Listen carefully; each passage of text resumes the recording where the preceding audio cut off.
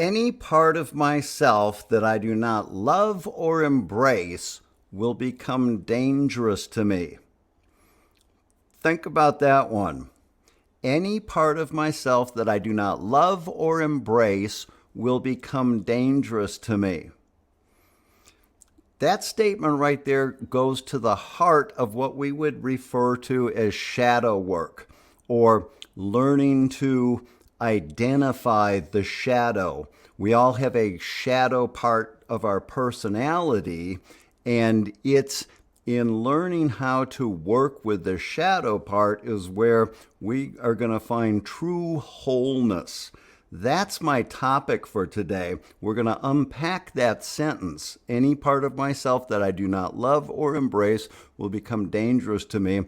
And hopefully by the end of this talk today, I'm going to give you some clarifying points on exactly where this shadow work fits in with the recovery process. I'll say this right off the bat. If you are in recovery, just starting a recovery process, you've already begun doing some shadow work. And so this talk here today is going to be a clarifying examination of exactly where this shadow fits in this recovery process, and hopefully give you some new perspectives, some pointers, some insights, some inspiration on how to further your own shadow work and use that to enrich your own journey to, I'm going to use words like wholeness, personal transformation, or enriching your recovery.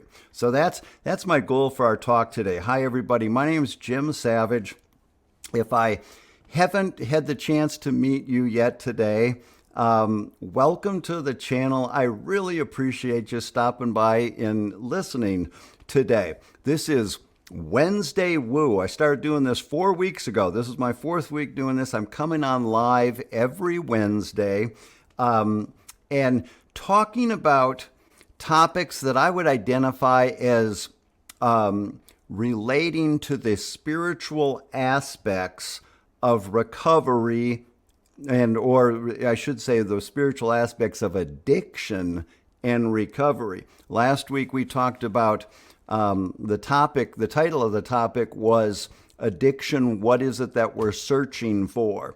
And I made the point that it only makes sense that the more or the better we understand what the problem is, the more effectively we're going to be able to create an effective solution to that problem. And so sort of like relating that to, say, alcoholism, for example. If a guy realizes that his drinking is causing a problem, his wife's ready to throw him out because he won't stop drinking, that's the problem. His solution is maybe going to be relatively on the same level, comparable to as far as an effect. I'll stop drinking. Okay, it's causing problems. People are throwing me out of their lives. I'll stop drinking. Last week in my talk on what is it that we're searching for, I sort of introduced the idea that we took it to a different level as far as what's really going on in our attempt to change how we feel. What's the desire there? Why am I using the substances to change how I feel in the first place? And we got into talking about spiritual connection, etc. And thus, the point was that we would be able to inform our recovery solution and take that to a little bit higher level as well. And so what I did last week is I laid out a model that showed that addiction recovery process from the perspective of a cycle. And what I'm going to do today is, first of all, start off giving a few defining sort of statements about the shadow, where this fits in psychology. And then I'm going to go back and we're going to review what I talked about last week, because I used a couple cyclical models, the medicine wheel and the hero's journey, and you're going to see, we're going to hone in where last week I identified this cycle as consisting of some components that started off with original wholeness, separation, or the loss of innocence, and I suggested that that separation might be seen as a traumatic experience, the loss of our innocent self, our original connection. And then that resulted and led into self-defeating behaviors seen as attempts to try to satisfy that loss, trying to get back to that. In some cases, that can lead into what we would call addiction. And then if we're fortunate, things get bad enough that lead us and force us into taking a look at ourselves.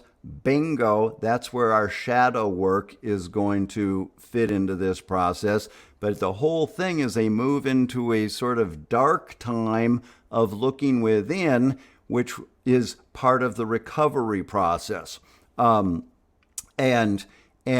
ultimately, as a result of going through that recovery process, it's not just a one-day thing, read a book and, oh, bam, I'm in recovery. It's a little bit more complex situation, but again, today what we're going to see is it's all about shadow work, and that ultimately, at the end of that cycle that I outlined last week, we showed that connection was the result of doing all this recovery work. And so we're going to review that, and you'll see that last week I introduced you to a rock musical that I wrote that's a musical portrayal of this entire process.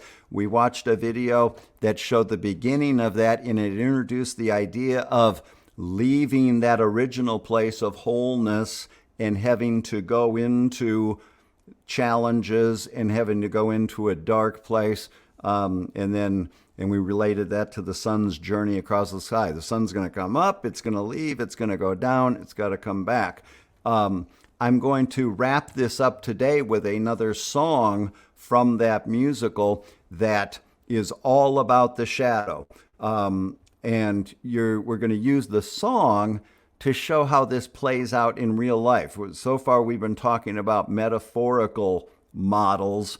I used the songs from the journey to process and have people relate to see how this plays out in your story, tangible events in your life, regardless of which part of the process we're studying. And so we're going to wrap up with looking at a song.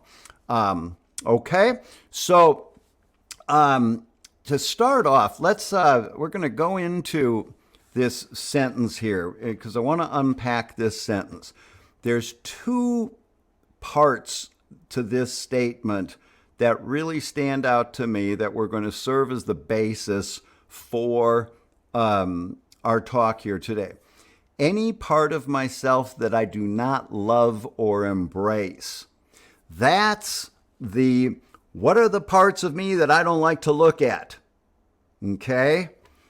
And by definition, we may be in denial about some of those things. We try to ignore those parts. We try to pretend it's not an issue. But that's the not loving or embracing, or the opposite. What would loving and embracing these parts that I have a tendency to not want to love or embrace? That's the first part of the statement that we're going to take a look at.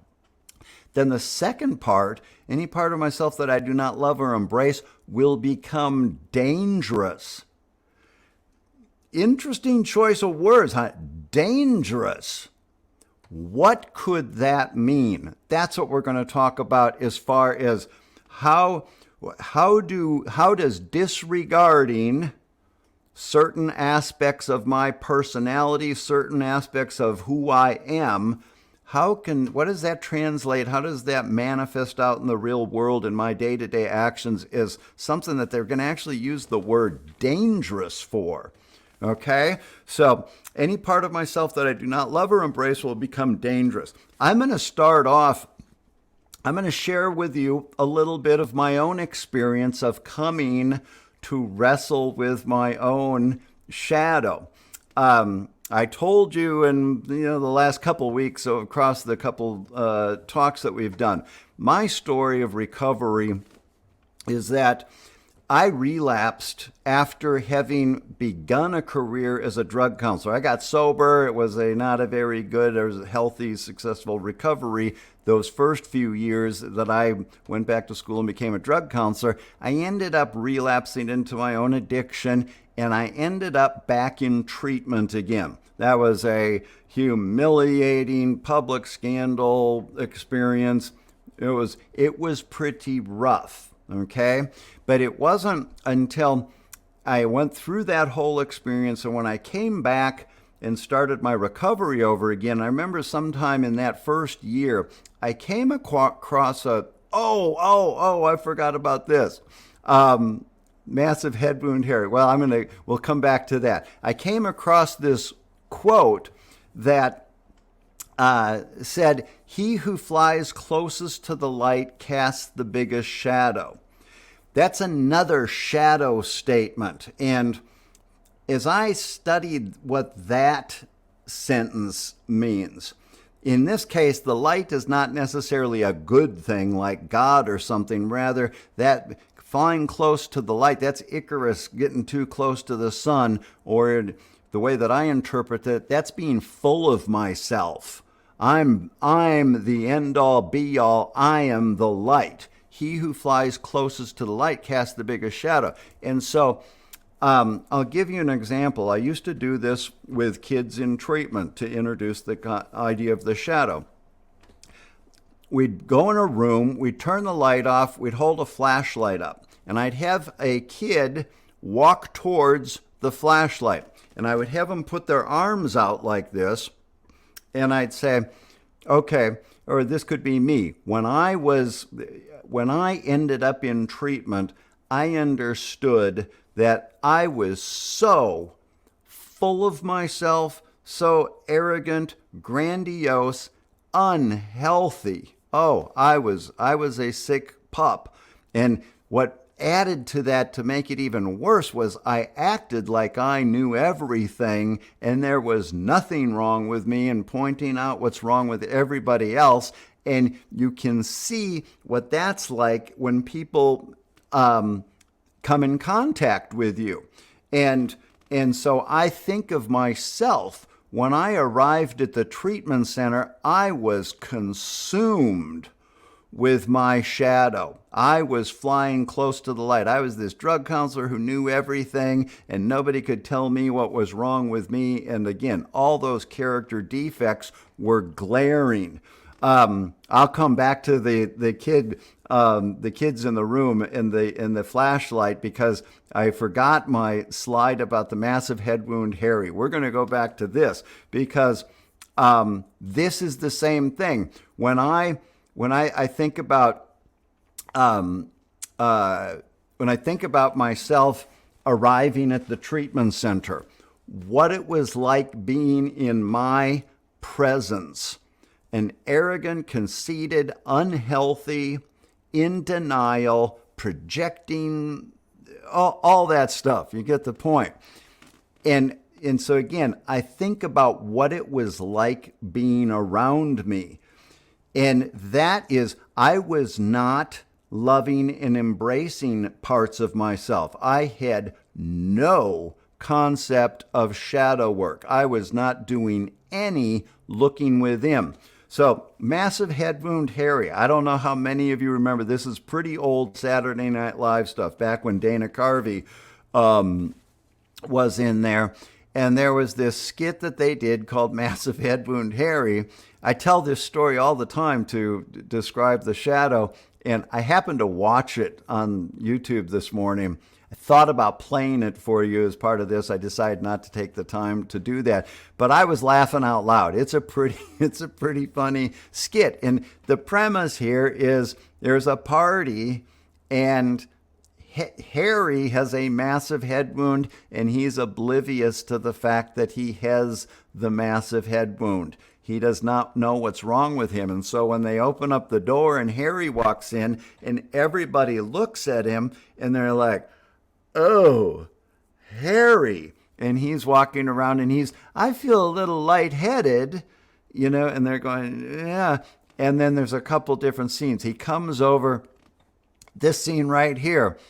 That's a bowl of dip down there at the bottom. He had just bent over the dip. He goes, oh, this looks delicious. And part of his brains fell into the dip. That's Phil Hartman there throwing up in response to watching Harry's brains spill into the dip. And then a couple of minutes later, he goes and he sits down on the couch and he says, man, I feel a little tired. And he leans his head against the couch and he's got blood all over. And then what got me laughing out loud today, I forgot this part. He's laying there and the dog comes up and starts eating his brains. And even Dana Carvey starts laughing at that. He's pulling the wig off his head and the dog starts eating all this. The point being, when we are not embracing, when we are not looking at the things inside of us, what could be, I don't like to use the word wrong with us, but when there's things about us that we don't want others to see or we don't want to even acknowledge to ourselves. That's what shadow stuff is. It comes out and has an effect on other people. So psychologically speaking, just to get down to definitions here, the shadow is like repressed material that we would not want others to know about us. Parts of myself that I wouldn't want others to see. And you get it, you can sort of even take that a step further. I wouldn't want other people to know this about myself, let alone I don't even want to admit it to myself. There might be parts of me. If I came from an alcoholic, broken home and I was embarrassed about that, I might not want other people to see that about me. And so we put that stuff, I think, in terms of a big bag that we carry over our shoulder, and the things that we wouldn't want other people to see about us, we throw back there. Here's the deal with the shadow. If we keep putting stuff in that bag and disregard it, it will eventually overflow and come out. And that comes out in, that unwanted burst of anger. All of a sudden, a really mean thing. Where'd that come from? Or as I was describing what I looked like when I arrived at treatment, I was overflowing with the various things about me that I didn't want to look at. My arrogance, my denial about the being in my disease of addiction, all that kind of stuff. And I'll tell you that one time during treatment, my counselor took me to the nurse's station and he opened up the chart and he showed me a picture of me, the picture they took when I checked in. And it looked really good. I was wearing a button-down shirt and I was all looking good. That was part of what I was invested in. My relapse was a relapse that I was keeping secret. I was a drug counselor. People couldn't know that I was using, and I couldn't be out there acting like a wild party guy. It was all total secret, and I was totally invested in putting out this image that I was just fine. And sometimes I joke, I say, it didn't occur to me to get drunk on the plane. Once the cat was out of the bag, I'm going to treatment. I don't know why I didn't go ahead and get loaded on the plane, because I was invested in putting this image. Nothing wrong here. And my counselor took me and he showed me that picture. And I think that he had some sort of disgust in his tone when he said, "This is you when you checked in. See, nothing wrong with me." He was doing that to point out this mask that I carried again. And I think he was probably really turned off by me when he gave me my graduation chip. When you graduate from treatment, they have the little ceremony and people say nice things about you. All the counselor did is he walked up to me, he handed me the chip, and he said, "It was nice co-facilitating group with you for the first 2 weeks." That was a reference to the tough time I had, making this shift into addressing my own shadow stuff. And, a challenge for me was I was a drug counselor in treatment. I knew how to run the treatment group, and that was not pleasant for him. That was him vomiting, watching me, how I was carrying myself. Again, consumed by my shadow. So that'll take us back to our he who flies closest to the light casts the biggest shadow. If we go in a room and I have you walk towards a flashlight in a dark room, and I'll tell you to put your arms up like this, and I'll see you start away from me and you start walking, and I would, when I'm doing this with kids in treatment, I would say, okay, there's Jim, I'll refer to myself, there's Jim acting like nothing's wrong with him. And my shadow is out, and you can see it on the wall behind me, and it's a little bigger than me, right? And as I come closer, the shadow gets bigger. And so there's Jim relapsing, lying about the fact that he's relapsed, hiding his use. Ooh, the shadow's getting bigger. There's Jim trying to explain to the drug dealers that it's okay for him to use because he's working on his codependency, and that's the underlying issues. And I was so full of BS. What was I like being around me during that time? And I was coming closer to the light, closer to the light. I was telling everybody in town what was wrong with them, as I was the star drug counselor working in a school district. Oh, that's a couple steps closer. My shadow getting bigger and bigger. And the reason I keep having my arms up like this is because if you have your arms up, those arms come up, start going over the ceiling, and when you get close to the light, you a very demonstrable, powerful experience of seeing what it's like to be consumed by your shadow. And that's where I was when I arrived at treatment. But then, if we turn around and start moving away from the light, okay, there's Jim getting humbled by a counselor who knew enough. He was doing a good job being a counselor, knew I needed to get humbled. Oh, Jim is cocky and full of himself. And if I was willing to address that, oh, Jim had to recognize, he said to me, that counselor, he said, I don't think you ever have been in recovery. Ouch, I thought you just rearranged your pattern of using to once every 6 months or once every 2 years, sort of what it had been the numerous years before that I called myself being in recovery. That stung, but if I was walking away from that light, the shadow's getting smaller, and I'm thinking, okay, I've got to own that. And then, I had to start looking at how am I grandiose? Oh my God. And I remember a friend, my first year of recovery, she confronted me on being grandiose and gross to be around.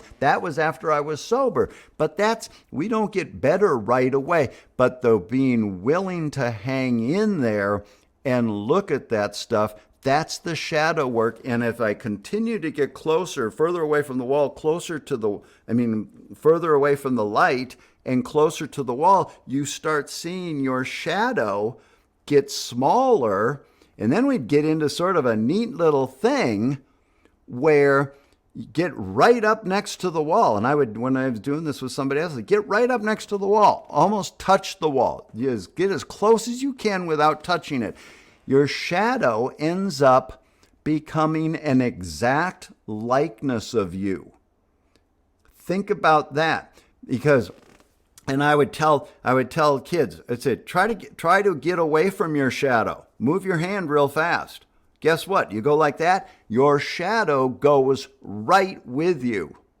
You cannot escape your shadow, and so that brings us to the point that nothing exists without the shadow. The shadow is part of life. We all have a shadow. I'd like to think that I've been doing a pretty good job working on shadow work for quite a while now. I've had fruits that have been born as a result of doing the shadow work. I'm the first to admit I still have more shadow work to do, and no matter how much shadow work I do, I will never be free of my shadow. But think about this. When we're ignoring the shadow, it's like we're walking around carrying dead weight. There's a part of my body over here. It's a part of me. There are things that I don't want you to know about me. And that's okay.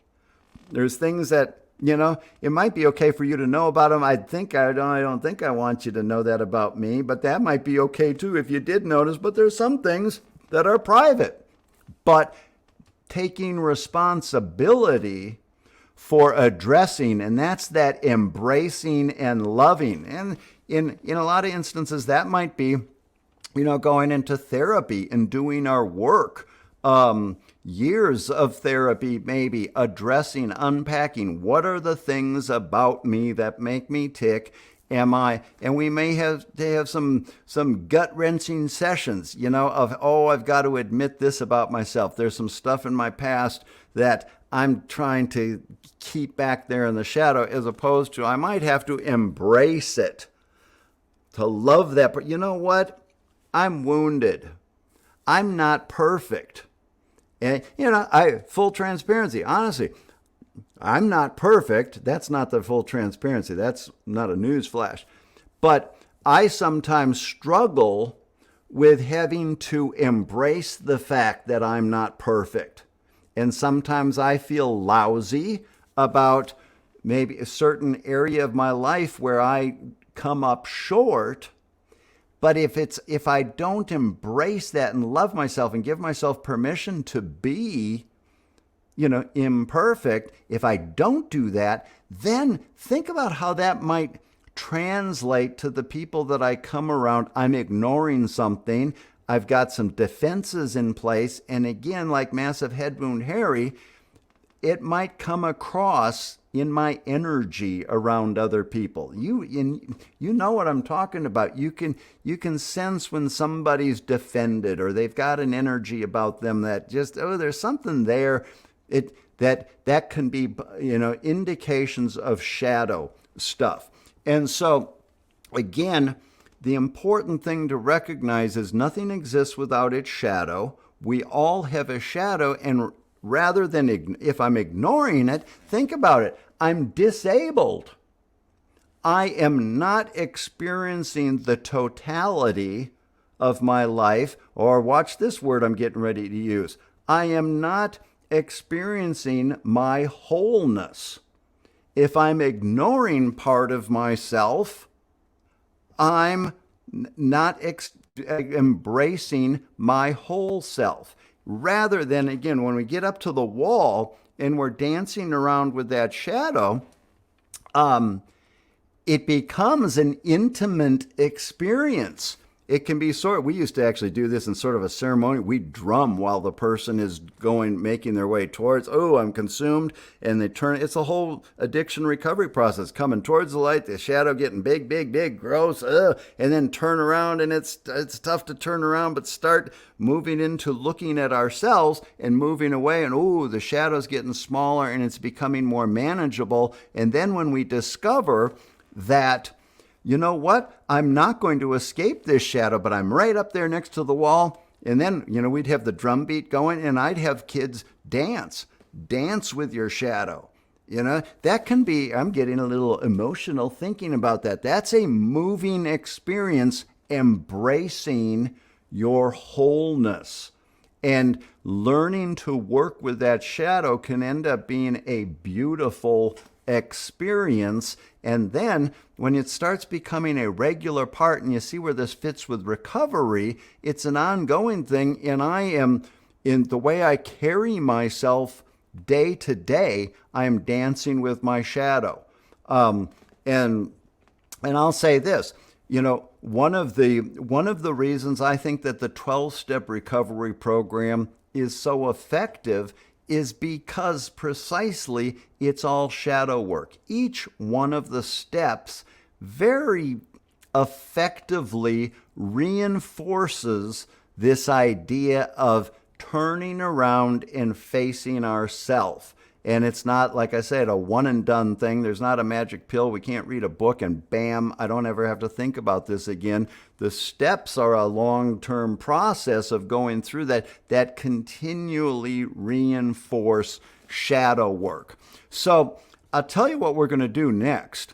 I'm going to play a song for you. Here's our what we talked about last week. I showed you this idea of this circle that starts with original wholeness, then we experience separation, and suggested that that could be a traumatic experience, losing that original wholeness, and ultimately we might end up in a pattern of self-defeating behaviors which are driven by a unconscious desire to either medicate wounds or meet unmet needs, fill a void where that original wholeness was. We don't know exactly what it is. We just end up in a pattern of behaviors that in some cases can develop into addictions.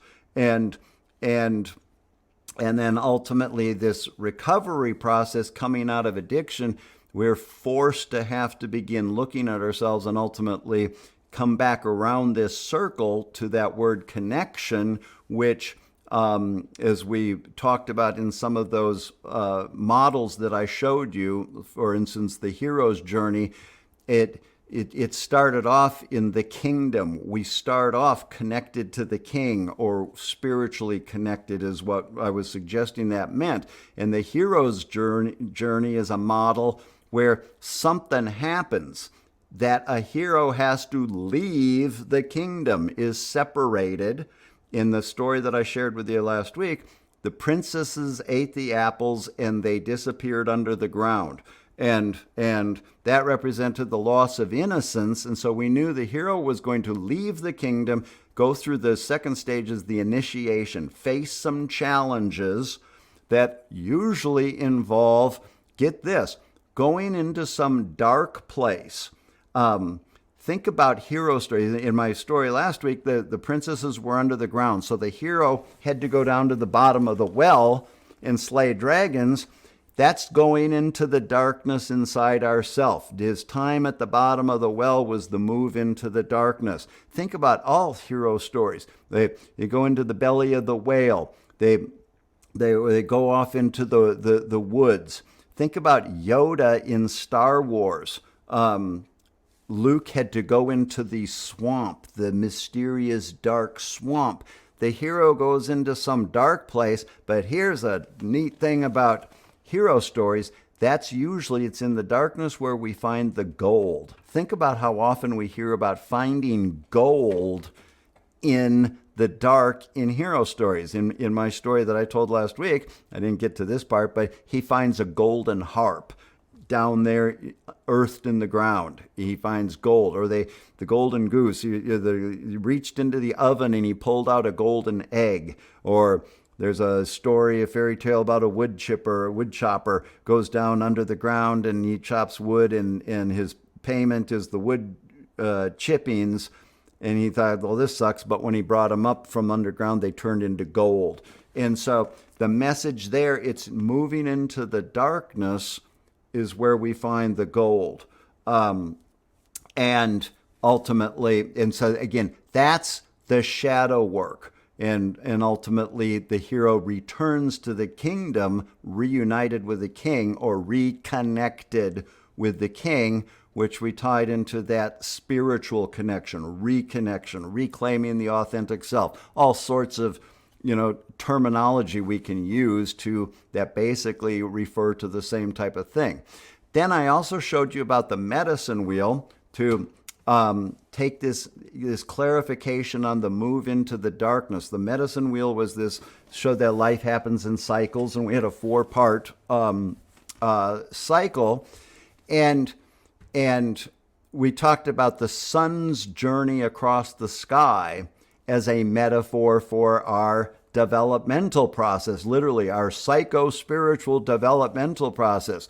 The sun, we watched a video that showed the sun rising, and it talked about the magic and the innocence of life starting in the east, but the sun's going to leave and it reaches a highest point, and then it sets in the west. There's a move into the darkness, and we enter into a dark period of that. Ultimately, when we get through that long dark period, an end, a death to the day, it returns to the east, and we have the glory of a new sunrise, the renewal again or rebirth. And then I had this one slide with all this text that I said, well, we didn't go into detail on that. If you just look at, this is how the recovery or the medicine wheel, I call it the recovery wheel because I've got a whole bunch of curriculum where I use the medicine wheel as a guide for looking at recovery. And I relate the 12 steps to it. But if you just look at those yellow arrows there, you see they start off on the path, and as they move around into the south, that's us, entering teenage years, our adult years, getting off the path. And that's that addiction, self-defeating behaviors, imperfections, get us off the path, cause us to lose our sense of self, our identity, and eventually, if we are fortunate enough to have the grace to become willing to turn around and do the shadow work, start looking at ourselves, that begins the process of recovery, which takes us, as you see where it says recovery there, and it heads back into the north, and the north is the death place. That's the winter time, that's the nighttime, going through that long, dark period ultimately will bring us back to the east, and we'll experience, like I said, the glory of the new sunrise. And I showed you the medicine wheel to show you that I wrote this rock musical that initially it was my story of addiction and recovery, but I was studying all those models, and I thought, well, they all show that we have the same story, and so my story should be able to reflect the medicine wheel process or the hero's journey process, and it should also be able to show that we all have the same story in a sense, okay? And so what we did is we watched the video from the opening scene. And again, I keep referring to last week. You can also go online, and I actually took this talk and I broke it up into short segments. It's on YouTube, and you'll see short 5-10 minute videos for each of the different topics that we went through. And so I invite you to go back and find that. We watched where it says beginnings there. That was the video, the opening scene. It's not actually a song. It's a narration thing that introduces the idea of the sun going across the sky. And knowing that we're going to be leaving this place of connection, this awesome place where life starts off, but then if we get through it, we're going to come back to this place. And so what we're going to do now is we're not going to, little girls and boys, you'll see on the slide there, that's the first song. I'm not going to play that one. We're going to skip ahead to the next one. But the little girls and boys, just to tell you what goes on in the play, the stage production of this musical, that's a really happy, soft, warm and fuzzy song that describes the magical innocence of childhood. It's about as warm and fuzzy as you can get. And during the play, you're seeing some parents tucking some kids in at night, and it's literally the proverbial 2 cats in the yard, white picket fence, the archetypal image of what childhood should be. Oh, that's a bad word to say, should. But the image that we have of that with all needs met. But then the next song this is what we're going to watch right now. You're going to see a drastic shift. And lots of times when I play the little girls and boys song for people, treatment clients, people either have warm, fuzzy feelings when that song comes up and they go, they remember being tucked in by their own parents, or they get angry and they get upset and they're like, I don't know whose childhood that is, but it sure wasn't mine. Bottom line is it's a provocative, evocative, powerful song, but real lullaby. And then some of those people say, that wasn't mine, because the next song is drastically different.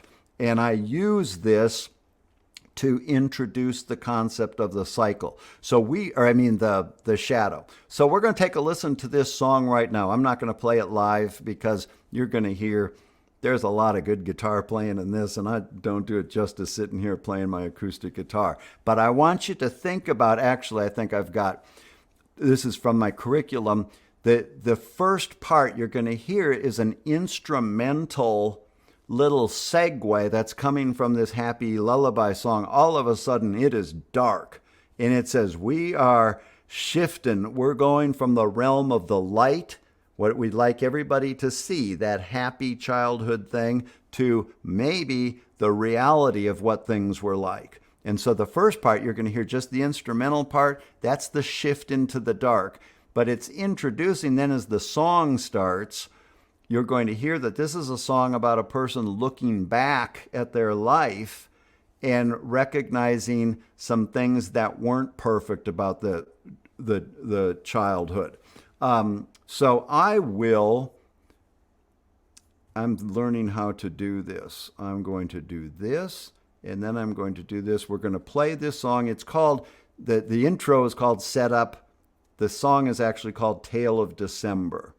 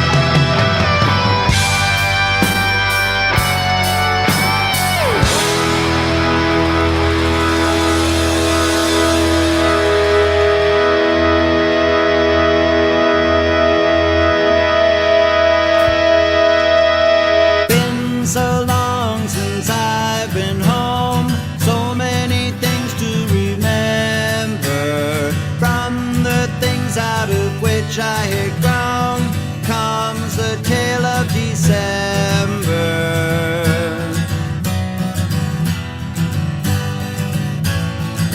Well, my father died when I was young. I wish we could have been closer. I paid for what I had done. Then came the tale of December.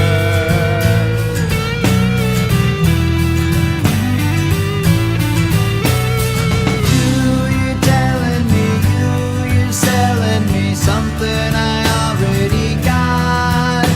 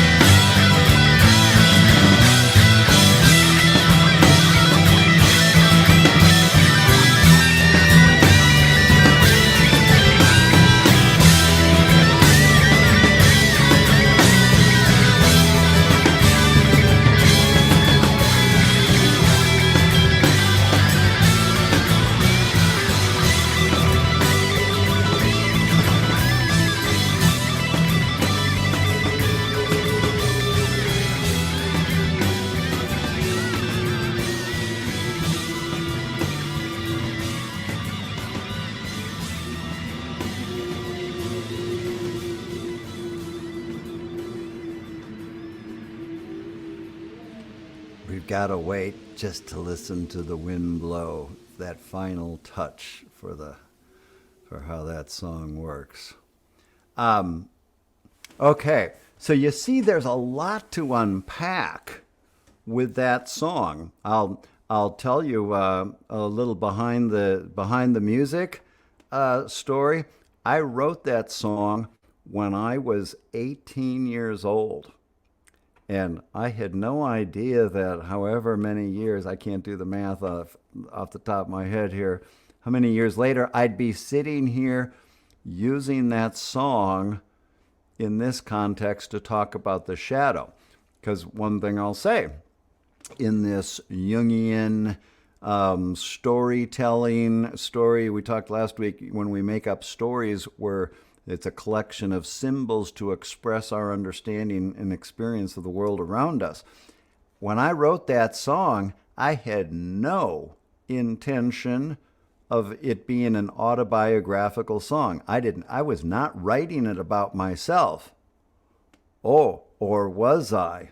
It wasn't until I went back when I was putting this musical together and I was thinking I've been writing songs all my life, and if this is true, my story is your story, and it follows this process, I should be able to find songs from different times of my life. And so I put this song in there, and it wasn't until I started using this to process that I became aware that, ooh, this does say a lot about where I was at and what was going on in my life.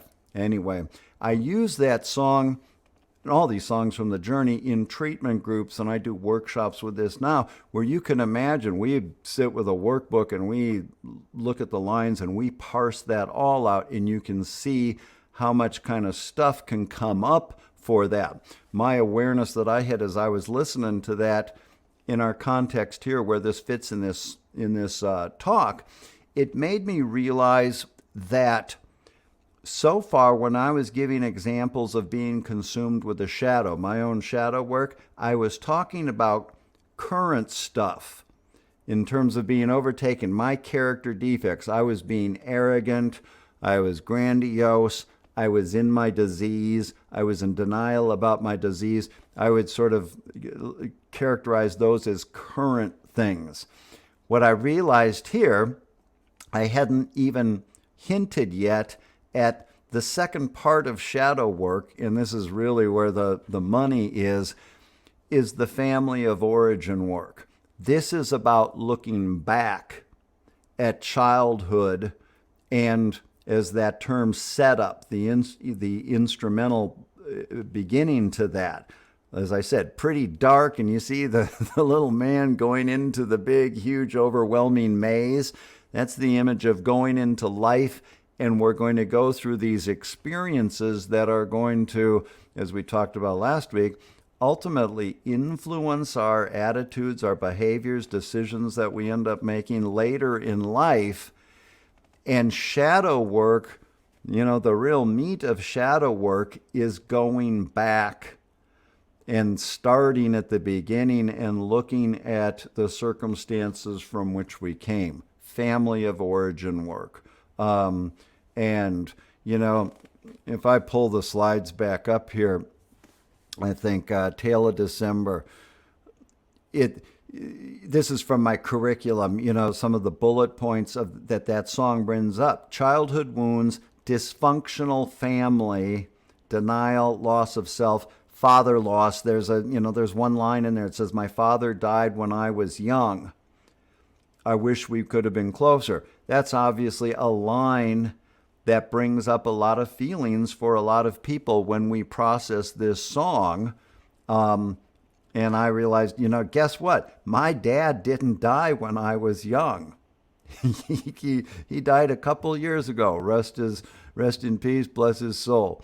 And I had a wonderful relationship with him. But for some reason at 18, I was writing that song. Yes, there may have been some things underlying about my relationship with him throughout, as far as being present or not. For some reason, I was writing that. But it's obviously lyrics to songs, they're just like symbols in stories.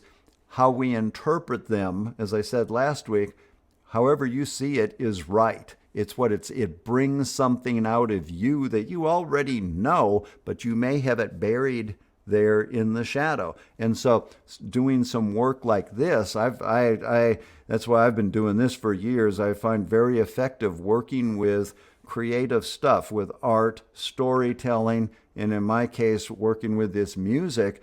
Very effective because it's right brain kind of stuff, where our creative side, and we think holistically.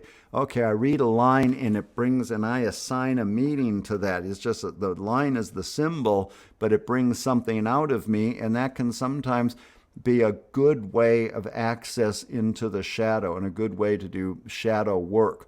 I have a hunch that might be the last of my slides. So yeah, I want to wrap up by,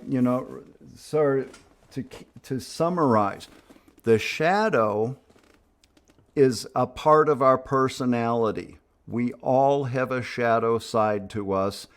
I still, even though I've done a lot of work and I've maintained recovery for a long time, part of that medicine wheel teaches it's a continuous process of growth and change.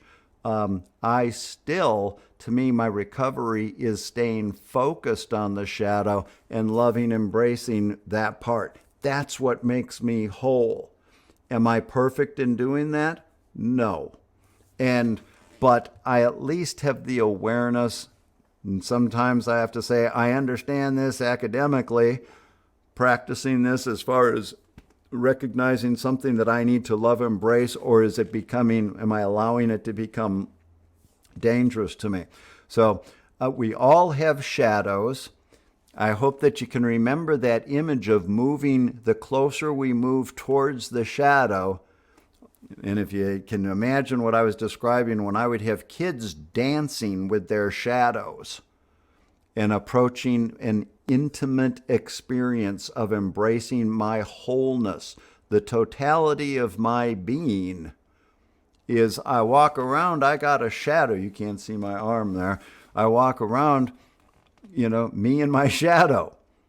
And that's what adds up to wholeness. So nothing exists without its shadow. Then, the last thing that I'll say is our cyclical models of the medicine wheel, the hero's journey, especially that medicine wheel where it showed that recovery. I'm going to pull this back up. Oops. Maybe I'm not. I'm not going to pull it back up. Where it showed over there in the west, the move into the darkness, the sun going down, or that's the fall. Another thing with the medicine wheel, we talk about the directions.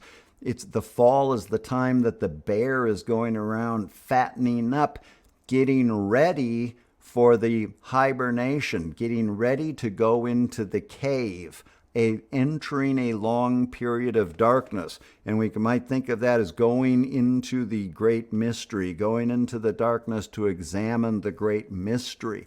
To me, that's what this recovery period is. Starting steps 1, I got to look at myself, examine my relationship with the mood-altering substances or behaviors, just get honest with myself. Steps 2 and 3, I got to recognize, do I think I'm the end-all, be-all, or is there some things that I have to learn? Am I willing to follow some guidance, become teachable? 4, 5, 6, and 7, that's going through the north. That's the true shadow work. That's going in the ultimate plumbing the depths. That's going into the cave and looking, what all do I have in there that I need to pull out? And the death part, the going through the north, that nighttime, is the letting go. And then still staying committed to following the path to ultimately get back to the east. We don't automatically go straight there. There's still some grunt work that we have to do to keep ourselves committed and accountable to following the path that ultimately results in that return to the east. As I said last week, step 12 of the 12 steps says, having had a spiritual awakening as the result of these steps, of going through this process. the spiritual, that's finding the gold. I have had a spiritual awakening. I've become whole. It's the personal transformation. And hopefully I've given you a new way of looking, a new level of understanding of the value, the importance of this whole dark period, of that it's not a bad thing, that we have a shadow. It's a good thing. It's only bad if we disregard it. It's going to become dangerous to us. And that this whole recovery process is shadow work, up to us the degree to which we want to, how effective we want to be in terms of plumbing, mining, what all we have in there. So thank you so much for listening to this today. I really appreciate you being here, and I'm going to wrap that up. I saw in the comments, I gave a shout out to my friends in Italy hopped on, and I hope everything is going well for all of you guys over there in Italy that are listening today. And with that, I'll say goodbye, and I'll see you next week for our next version of Wednesday Woo. See you guys.